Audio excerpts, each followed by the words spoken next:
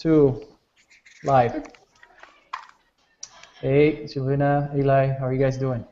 Very well, thank you. Very happy to be here. Yeah, it's awesome. This is actually our first NetSquared meetup in Honduras, and we're fortunate enough to have Eli online with us. Hi there, this is Eli. I'm in Vancouver, Canada, and I'm the NetSquared Community Manager. Thank you very much for being with us, Eli. And we also have Silvina with us. Yeah, hi everybody, my name is Silvina. I'm very happy to meet you all, and I'm from San Pedro Sula, Honduras.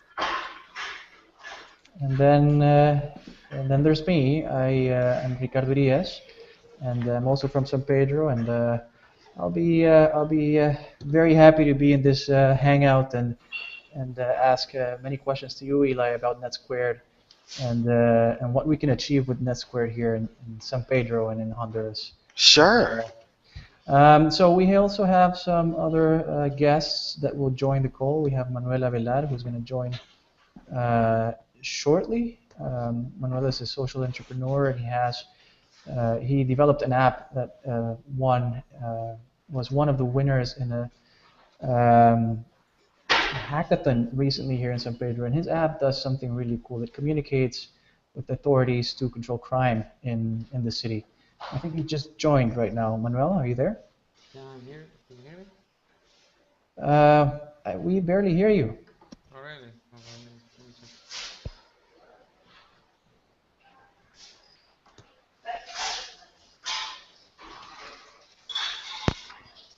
Let me check something. Well, we have an adorable kitten, so that's certainly a good step. Yeah, there we go. So Eli, we have some viewers online, and there's curiosity, and there's a lot of people asking questions about NetSquared. They've seen the meetup invitation, and they've heard about NetSquared, and there's a few of us that are actually going to Guatemala this week. Which I'm terribly jealous about. Yeah, and so am I. They're going to be going to Guatemala on the weekend to a NetSquared event. So why don't you tell us about it? What's NetSquared and what's happening this weekend? Sure thing. So NetSquared is the world's largest global network of volunteers who hold nonprofit technology training events. And so that is, of course, a giant mouthful. But what it really means is we are a community of people who think that nonprofits, social entrepreneurs, community activists all can use technology to more effectively and more efficiently achieve their mission. And so we give people the tools and the connections to actually make that happen. And so our volunteers go out into their communities in 50 different cities across 20 different countries and host training events in like how to use social media within your nonprofit, or maybe they'll do a hackathon like they're going to be doing in Kenya next week around how you can maybe build an app to help with agricultural challenges. Or maybe you'll do something like a social media surgery where we'll dress people up in costumes like doctors, and they'll actually do one-on-one consulting with local volunteers and local organizations. So the actual flavor of what it looks like varies a lot, but what we're unified by is this deep knowledge that technology can be used for social good, and so that's what gets us going. Perfect. So you guys are present in many countries around the world. I heard you mention Kenya with some projects, and there's a regional event happening in Guatemala. Where are you guys present, and what plans do you have for the Central American region? Sure. So what makes NetSquared unique is there are lots of groups who think that technology can be used for social good, but what makes a NetSquared group unique is that we believe in the power of getting face-to-face in a room with our peers.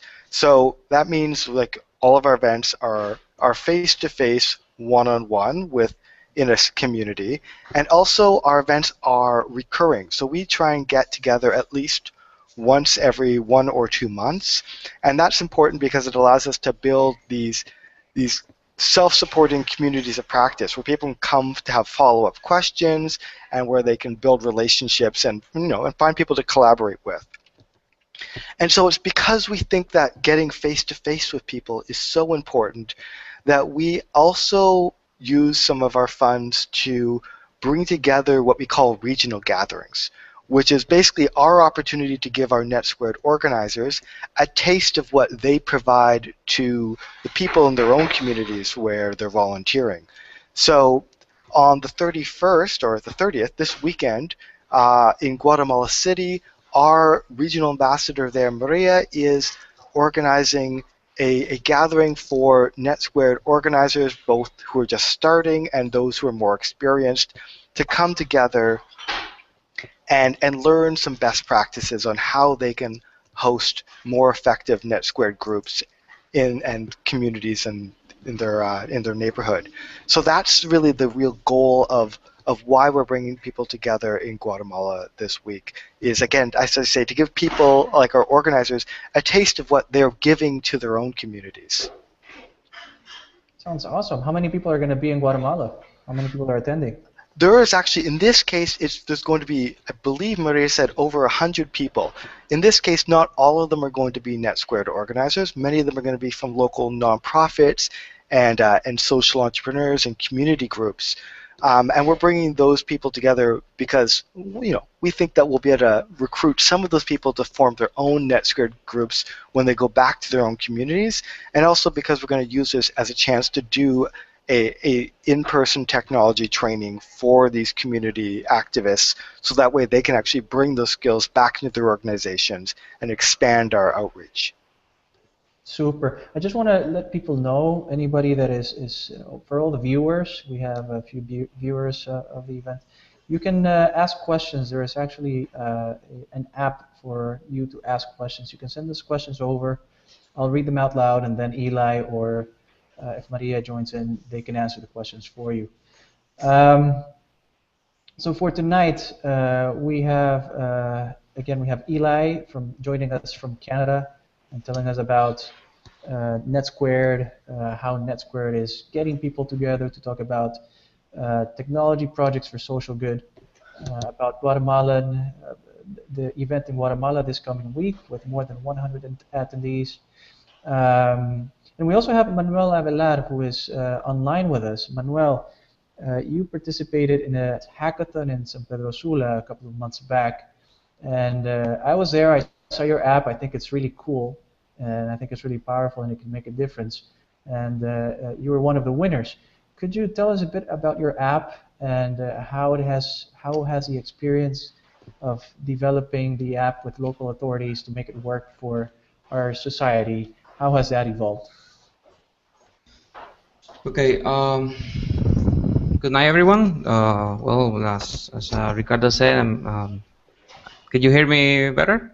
Yes, much better. Thank you. Okay. Okay. Well, my name is Manuel, and like Ricardo said, I was participating in this hackathon, and it was a very cool experience. Actually, I mean, that idea came for that event specifically, and I guess it's a very good application to start to rolling, to use it here in the community. But right now, we have some issues. Hey, Manuel, can you tell us a bit about your application? What does it do? Because I remember I liked it a lot, but I think you can explain it better. Okay, the application, it was two parts. One part is in the mobile. It was an application mobile that any people that has this application can send a report to authorities. In this case, we can use an example, police. And using the location API in the mobile, you can send to authorities where exactly is happening. I don't know anything that Yeah, so if there's a crime happening, then people can alert the authorities with a geo tag of where this Mhm. crime is happening. Is that correct? Yeah, that is the way that it works. Okay. And the second part is part of the dashboard that authorities can see anything that is happening on all those, messages that people is sending using their cell phone. Okay. Mm-hmm. So basically, that is it sounds very simple, but I guess it's like you said, it's very powerful application.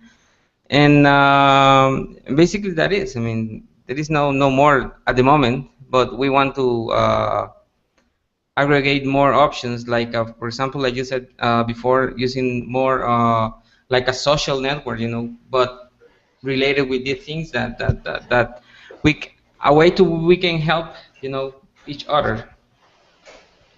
Yeah, it is a really powerful application, Manuel. I remember when you gave the demo to the judges.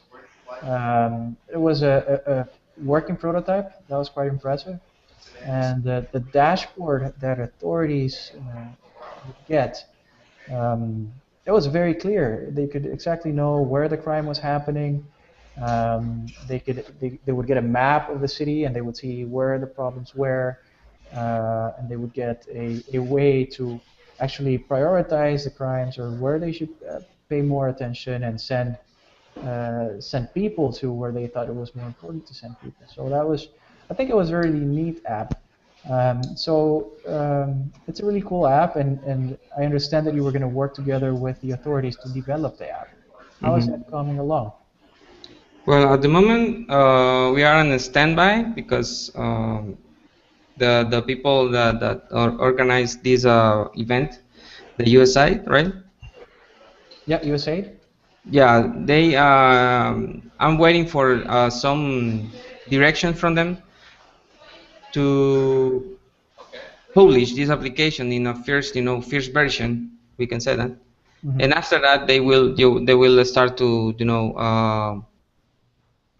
organize with authorities to keep working, in any other way. But at the moment, we are in standby. Okay. So, Eli, here we have Manuel with a really cool app, one of the winners of a hackathon in San Pedro that is going to help a city with crime problems Mhm. communicate with authorities. It's going to put the society in touch with authorities, but they're in standby. How could NetSquared help them? So I think NetSquared has two ways that we can contribute to someone like Manuel's project. So one of the main ways is that we build this community of people who care about using technology to solve social problems. And so that means it's a great place to go if you're looking for collaborators or even people who can be like basically a client or a tester of your application. Because for many people who deliver applications for the social sector or for nonprofit organizations, often they struggle finding basically those potential clients who can bug test it and help them refine the vision so that the application is really meeting the needs of their potential clients. So that's one of the ways is they can tap into a pre-existing community of people who are passionate about using technology for social good. The other way that we are able to contribute is that NetSquared is part of this global organization called TechSoup Global. And they are in 30 countries, and their overall mandate is to find ways to use technology for social good, and then to offer training and support, which is where something like NetSquared comes in. So in many countries, TechSoup's primarily known for offering software donations to nonprofits and churches and other organizations. But one of their other projects, which I think would be most interesting and the closest fit for a project like Manuel's, is there is another project they have, which is called Caravan Studios, and their goal is twofold. One of them is to help identify those problem statements for hackathons. So that way when you start a hackathon for social good, that you've already done some of the research around like what are some of the problems that have like data sets that are available to them and that have clearly identified needs within the community. And then the other way they support that is they hold a code repository, so they help sort of maintain projects between hackathons. And so they could connect you either within other people who would be able to contribute into a project from like the development side of things, and even potentially through funders through some of the other relationships they've got, because they have strong relationships through TechSoup with a lot of the US-based nonprofits like Microsoft, Cisco, Adobe, because that's what they do when they run these product donation programs. So those are two suggestions, which is one, I would recommend you definitely look up Caravan Studios, and you'll find them on Twitter, and I can send you a link as well, because they will be able to focus in much more on the hacker and developer community, which is something I know less about. And then the other piece, as I say, is we can connect you in to a wider community of people who care about using technology for social good in your community. Sounds good. Manuel, does this sound helpful to you? Which of these aspects would be more helpful for your project? Okay. Right now, the issue that we are getting is funds to maintain the application online, because you know there is some cost that we need to cover. You know, mainly with the server. Okay.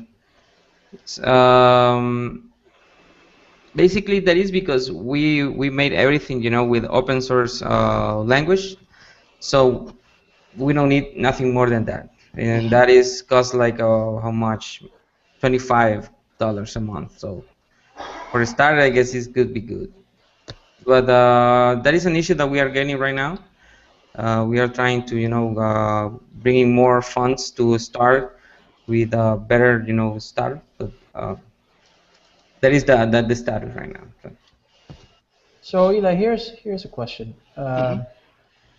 So they only need $25 a month to have the application online. It's a good solution. They're the winners of a hackathon. I've seen it myself. I think it has potential. If it ran for 1 year, that would be $300 for an app that could make a big difference in a city like San Pedro. Would NetSquared be able to contribute to such a thing, for such a purpose? So a project like that where funding for specific projects has not traditionally been the focus for NetSquared, because our core mandate is sort of around community building. But what has happened within our community is we have sometimes adopted projects from one of our members, and then we've collected donations at the door from like the member organization. So that is an opportunity that sometimes arises, but I will admit that it's a little bit to the side of what we do. Like, we're good at making connections and finding other kinds of supports for you, but we don't typically adopt particular projects and then take them forward. This Caravan Studios, I've dropped the link into the chat window, is a part of TechSoup, which actually develops their own applications and has done some support and collaboration with other app developers. So definitely in this case, I think they would be a stronger fit. We're a good place to come to if you are looking, though, to find, as I talked about, like collaborators who can help, you know, test your application or contribute in other ways as developers. I am typing in as a comment of the event the Caravan Studios link that you just sent us. So anybody who is interested in learning more about Caravan Studios and looking for their support to fund your projects or just develop your projects, you can check them out. There we go. Okay, you know, we're lucky to have also with us Eli, and I guess we have Christian Garner on the line on this hangout, and he's he's one of the winners of Startup Weekend San Pedro Sula this year. His app is it's a commercial app. However, Christian is also very active in the tech community and very active in the entrepreneurial community. And Eli, I would love to ask Christian to tell us about what is happening in Tegucigalpa. He's also in a different city, the capital of Honduras. What is happening community-wise there, and how could NetSquared get started in Tegucigalpa? Yeah, and that'd be great because he also has a question in the Q&A app right now as well. Yes, I saw that. He has a question about, and I think it's an important question to also clarify, Eli. Shall we start with this? The question is NetSquared only supporting nonprofits, or can it benefit, or any startup can benefit from being part of NetSquared community? Awesome. So that's a really great question. And so I will say our core mission is that we want to help nonprofits, social entrepreneurs, and those who are basically community-centered to use technology more effectively.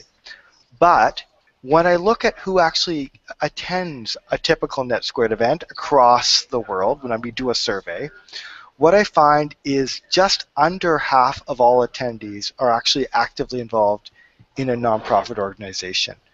And that means the majority of our attendees are actually interested in our events for other reasons. And it may be because they are a consultant, or it may mean that they're part of a small business or technology startup, or it may be that they are just someone who wants to volunteer their skills in the community.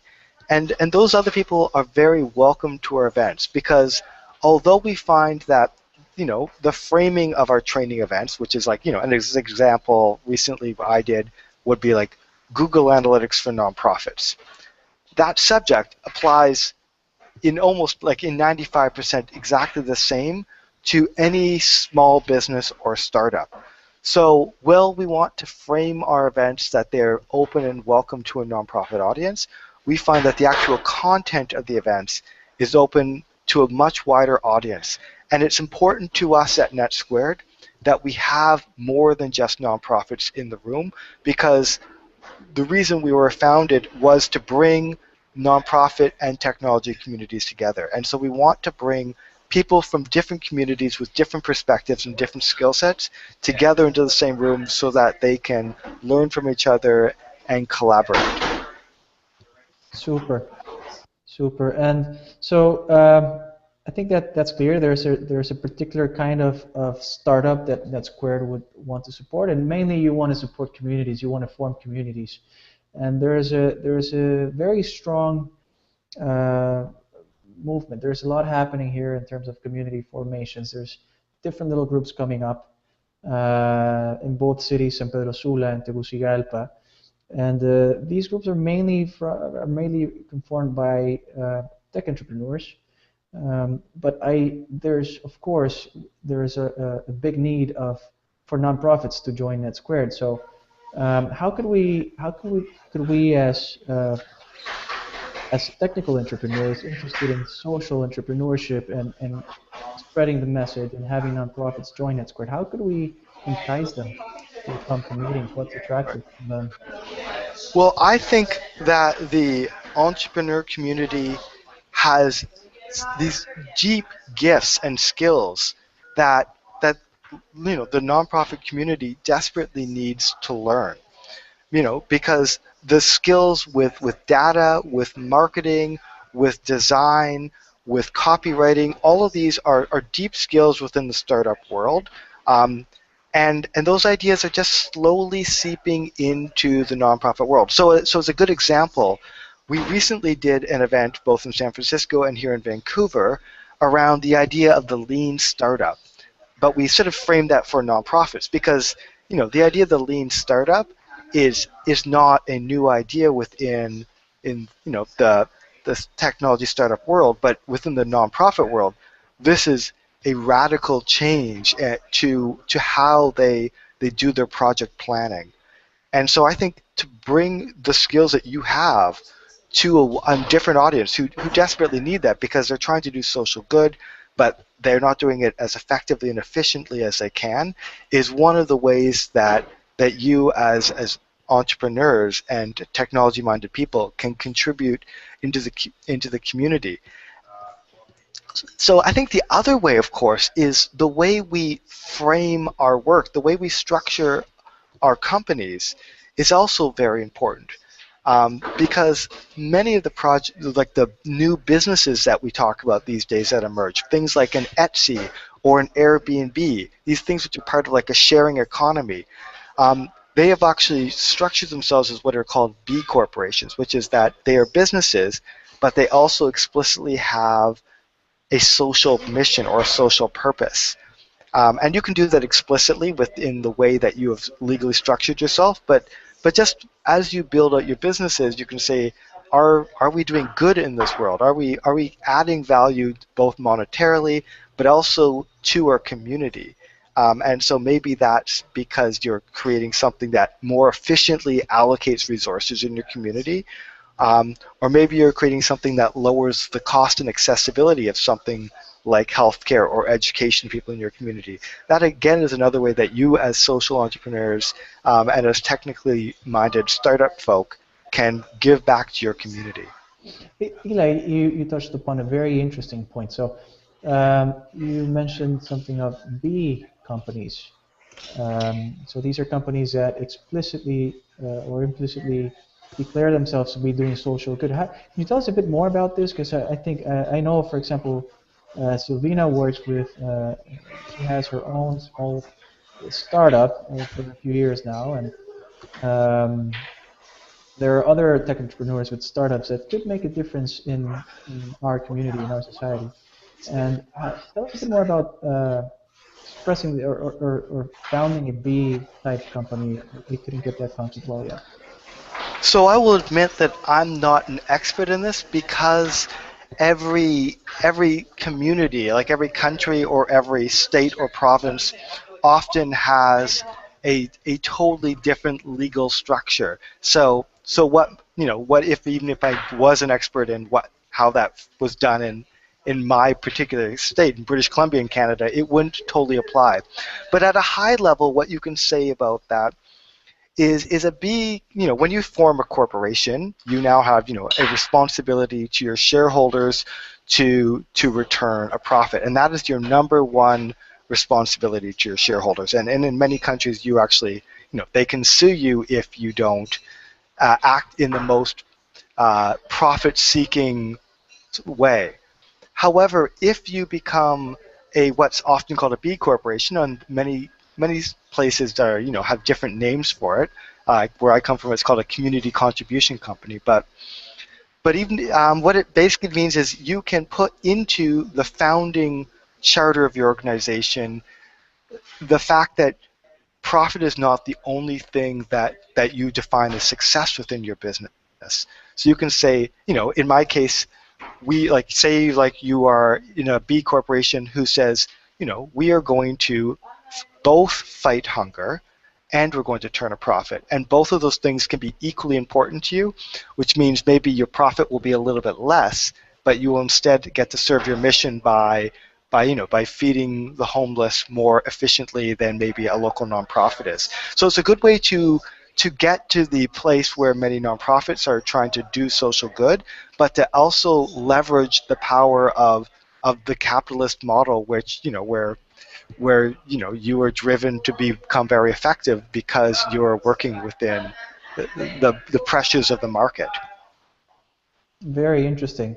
And Silvina, can you tell us about your startup? What are you guys doing, and how do you see yourself? How could you work with NetSquared? And I think it's very interesting what Eli has just said about transferring knowledge via community meetups and sharing information. How do you see this? Tell us a bit about your startup and how do you see NetSquared? Well, I've been working as a social entrepreneur for a while now. I started as a volunteer, and then I decided to make something of my own because I was passionate about that, and I'm continuously seeking opportunities to make my country a better place, because I know it can be a better place and I just love it and I would love to see it a better place. Right now we're working with a nonprofit that's basically works on trying to rescue young people that are in very dangerous situation, like social situation that could be involved in gangs or something like that. And we try to involve art, and we involved also planting and just having activities with family and trying to recover that family environment. Um, I just have a question for Eli, and it's basically, does a nonprofit has to be legal? Do we need to have any legal documents in order to be supported by NetSquared? No, so NetSquared is very much a opt-in organization, which means if you put up your hand and say, I want to teach my skills to other nonprofits, then you're part of the club. And you get to be as part of the club until you decide that you want to try something else. So we are very open to all comers, and and part of the reason we can be that open to all comers is the support we offer to our organizers is very light. So we don't tell you what your events should be about, or when they should be, or how you should run them, because we know that you are the local expert who knows what the needs of are in your local community. How am I in Canada going to know what's important or what the local context is? Every time I try and make assumptions, I'm terribly mistaken. I'm like, oh, well, what an idiot I was. So to avoid that, we basically say, like, this is your events. You get to shape them as you will. But what I will do is, one, I'll offer you a free subscription to meetup.com to help you manage your RSVPs and your events. I will connect you in with this community of about 100 other volunteers who are also doing this. You get to basically learn best practices from your peers, basically steal their best ideas, which is all my job is to steal the best ideas from the community and then share them with others across the network. And then the third thing, go ahead. Oh no, that's awesome, because basically what we want to do with this social entrepreneurship right now, we want to take the movement and we want to make it like an open source movement. Our vision is for it to be multiplied in every city or in every little town of our country, so that everybody, just like you said, everybody from that place know what's better for it. So maybe there are projects that does not mean that much for us, like them. So we want to make this like an open source movement, and that everybody can make it happen, and that everybody just works with it. Yeah, I think that is a very powerful model. So where you have this very open framework, and then you get to tweak it to each community. And and I've seen that you guys have already been doing that around the startup weekend as well, which again has a bit of a structure, but inside the box you get to color it however you wish. Yes, the startup weekend was a very good experience for a lot of us. And here's Christian as well from Tegucigalpa.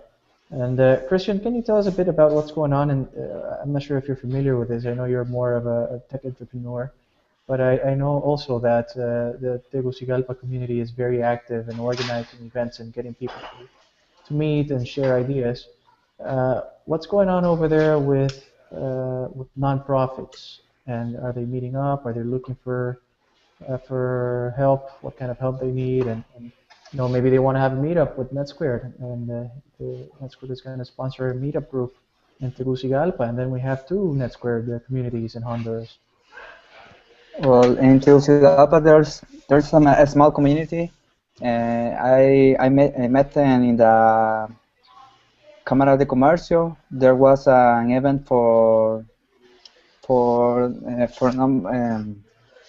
seed capital. So pretty much it was a free event where you can learn from experts in the area. I remember that I met a group of people. Between there was Denise Cruz. She was with Jamil in San Pedro. She's part of this organization that is helping nonprofits. Also, there is an architect named Zavala. I don't remember his name. So there is a community. I don't know much about them, but I know that there is people working, trying to teach people how to do stuff, how to be more entrepreneur and start thinking out of the box. So yeah, there is a small community forming. Nice. Yeah, it'd be like great to sort of like find out. It's always hard initially to find out what are the right entry points into that community to to start forming those relationships. And so whenever there's a new NetSquared group forming in a community, I often recommend that you sort of find some of those key players and you invite them into your event to basically be your panelists at your event, because then they will bring their own communities with you, and and that's how you can sort of identify who your potential key players could be in your community. But I agree, at the beginning it's like you're like, there's all this energy, but how exactly, like, who do I talk to? Who are the right people? Yeah, that's a problem here. So usually I go more to San Pedro Sula there. I know the community there. Yeah. Yeah, both cities have actually strong communities. It's funny that Christian says he comes to San Pedro for this, because I used to go a lot to Tegucigalpa. both cities have incredible communities, and lots of people that want to keep that want to make these communities grow even bigger. So yeah, there's a potential of a NetSquared in Tegucigalpa. I think there's even some people from Tegucigalpa going to the event on this weekend, Eli. Am I wrong? Am I right? And I actually don't know the answer to that, but I hope so, because part of the reason why we've held this event in Guatemala is NetSquared events, because they're so open, are also sometimes a little bit hard to explain to people, and so it's important that people get a chance to go to one of the events and get a hands-on experience of like, oh, this is what it's all about, and that's what energizes people. In fact, I often find that many of my new organizers who are people who were part of a NetSquared group and then they move cities, and they're like, where's the NetSquared group here? And so then they form their own, because they sort of feel like there's this gap in their community, but they only know the gaps there because they'd been to someone else's NetSquared event and said like, oh, right, this exciting place where the community comes together and has this ideas exchange. Like, I need more of that. Mm-hmm. So Silvina is one of the people that are going to Guatemala this weekend. What would you recommend her to do? What should she look out for? Who should she meet? And what should she try to learn? So I think the real piece is our most successful NetSquared organizers are people who like to be community conveners, which is they're hosts. They're the people at the party who are connecting other people together, and sort of making sure that everyone feels welcome. So I think really the key piece at this event is talk to as many people as you can. Obviously, just like get in there and network, and like these are your people. Like they're not going to bite. They're there to be your friends. And then the other thing is try and spend a little bit of time with Maria, because she is amazingly connected. She's been in the nonprofit technology scene for a number of years, and knows everyone across the region. I'm constantly shocked. I was in Washington D.C. with her in March, and we just were walking through the city, and she would know people on the streets, even in Washington D.C. in America. It was totally madness. So she is a powerful force, and definitely try and get to spend some time with her. And then the other thing is is look at the events that they are holding, because there'll be a couple different events. There'll be a social media surgery, there'll be a couple others, and just sort of look at how they are put together. None of them are too complex, but it's just like, so you know. But sometimes instead of being deep in participation, you want to just step back for a moment and look at like how was it put together.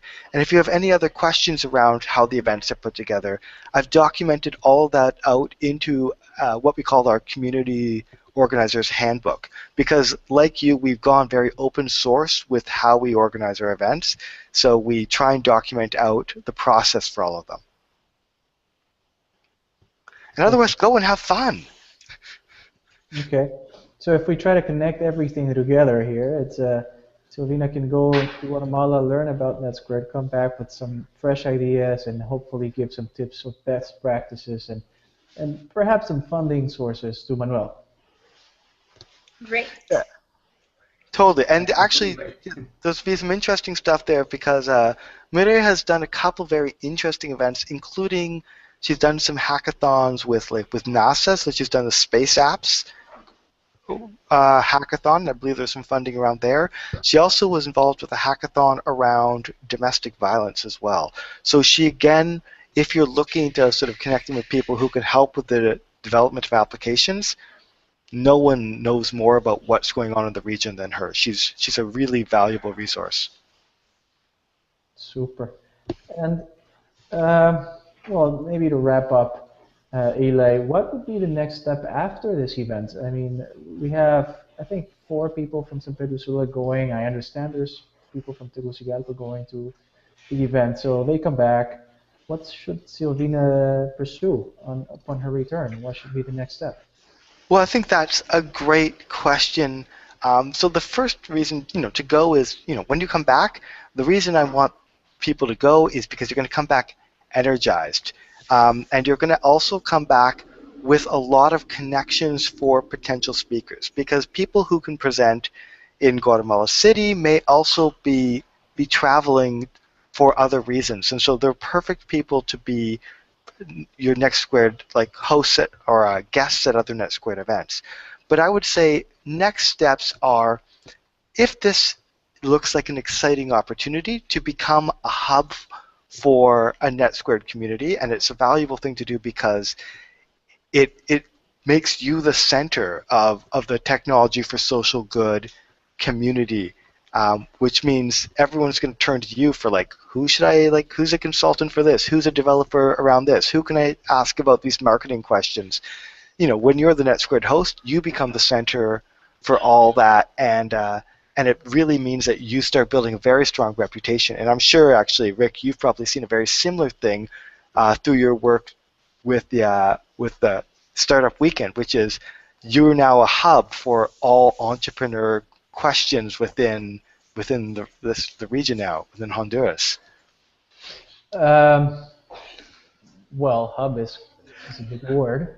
Everything revolves around you. Basically, you are the sun, and the rest of us are the planets. There's a lot of leaders down here in Honduras, and I think everybody has so many important things to contribute. That Startup Weekend is a part of what's going on. It was, we saw great minds come together in one single event, and that's what made it great.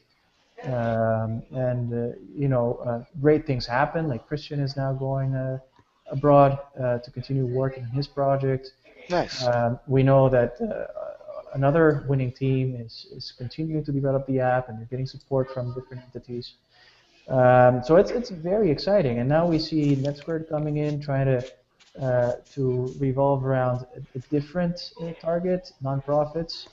On which Silvina has a lot of experience, and there's other entrepreneurs that have been working in social entrepreneurship. So it's going to be great. I know that whoever joins the team of NetSquared is going to see definitely is going to see a change in terms of activity. We're going to see a lot more activity. People asking questions for sure, asking for advice or asking for connections, and I think that would be if you're interested in in growing your network and making a difference with nonprofits. I can see some potential with NetSquared. Yeah, it could take you very far. It's one of the comments I most often receive from NetSquared organizers is they were often like, I was new in town. No one knew who I was. They didn't know what my skills were. By being a NetSquared organizer, I opened up a brand new world of potential clients, of potential friends, and so it has these, things explode out of it. So if you would like to learn more about being a NetSquared organizer, then the next steps really are as follows, and this is sort of the things you need to put in place to make this happen. So step number one is you need a venue. You need a home to gather people together, and that could be, the back of a cafe, that could be in someone's office after work, that could be in a co-working space, or a number of different options, but we're usually looking for something which is either free or really low cost because we like to create accessible events. The other thing is, what do you put in those events? So I usually ask for new organizers to sort of brainstorm 3 tech for social good topics that they think would be of interest to the local community. And often those are going to be something which, like, for things that everyone has access to. So it's often like maybe Google AdWords for nonprofits, because nonprofits receive access to a large Google AdWord grant from Google. Or it would be something like crowdfunding campaigns for nonprofits. But you can sort of come up with 3 topics of things that you think would be very much of interest to your community. And then the third thing is keep your eyes open for a co-organizer, because being an NetSquared organizer by yourself, it's fun, but it's way more fun if you have someone to share this with, because you're volunteers. I don't want this to take over your life. So if you can find someone to share events with and some of the responsibilities with, all the better. Are there other questions from you guys around sort of the NetSquarediness, or have I sort of talked your ears off at this point? I actually have a question. Can you talk to us a little bit more about NetSquared structures and responsibilities, like when you become an organizer? For sure. So there is no contract when you become a NetSquared organizer, because I've always talked about it as this real opt-in thing. Is as long as your hand is up saying, yes, I want to do this, then I'm going to keep working with you. So we do have some core pieces to it which I expect NetSquared organizers to be a part of. And so one of those is I would like the events to, as I said, not exclusively be for nonprofits or the social good sector, but to serve them in some way, or to at least make sure that they're welcome into the conversation. The second thing is we think NetSquared events are in-person events. There are lots of other kinds of online education webinars, but we think what is unique about us is that we are one of the few places where people can come for face-to-face. The third thing, and this is the big commitment, is I want NetSquared organizers to hold at least 1 event per quarter, so 4 events per year, and the more active groups move their way up to 1 event every month. And we think that's very important because, 1, the regularity of events means your community starts growing because you start building some momentum. The other piece is we want people to come month after month and ask follow-up questions and start building relationships with their peers. And so that's why it's important that they come together on a frequent basis. And then the fourth thing is that we want all of our events to be either free or by donation at the door. So very accessible, because many people in the nonprofit sector are working on a no budget at all or the very smallest budgets. So you may have some like expenses, or you may want to bring in like a food platter or some catering to your events. Absolutely, you're welcome to, but we ask that you try and recover those costs at the door through donations from people who show up. We don't at NetSquared have financial support for your individual monthly events, but what we do have is we open up these granting opportunities once a year for either to support people's travel to something like what's happening in Guatemala, where NetSquared organizers to get together to learn from each other, or sometimes we'll help people host their own events. So if they want to host like a hackathon event, or perhaps an unconference or bar camp style event for, around technology for social good, we often will have grants available to help our organizers hold events like that. Awesome. Super. So, Eli, thank you very much for explaining how NetSquared works. I think it's very clear. I mean, if we organize 4 events a year and we bring in nonprofits and we share the best practices and knowledge that people in groups like Startup Weekend or working for corporations have, and that they can share with nonprofits and can help them reach their goals, then NetSquared is serving its purpose, and perhaps also increase the network of connections of people that could fund different projects in the country. Yeah, and I think one of the things that's interesting about NetSquared is, with its openness, is we don't even require people to call themselves a NetSquared group. So many of our groups are part of other organizations as well, or other meetups. And so what they do is, like, okay, they have, like, maybe a broader entrepreneur focused meetup, but one of their events per quarter is the NetSquared event. So that's like the nonprofit focused one. So that way, it's basically an additional piece woven into what's already happening in a community, rather than sort of an additional piece distracting or splitting a community. Because basically, as long as I say, you hit those 4 things, then I don't care what you call yourself. I just want you to be out there serving the social benefit community. Super. Sounds good. There's, as I told you, there's a lot of activity here. I'm sure that one meetup per quarter is really achievable, and I think it's also important to include a social good meetup every now and then. Groups that are focusing mainly in technological startups or different kinds of activities. It's a way to share what we are all learning in our communities with nonprofits and social entrepreneurs.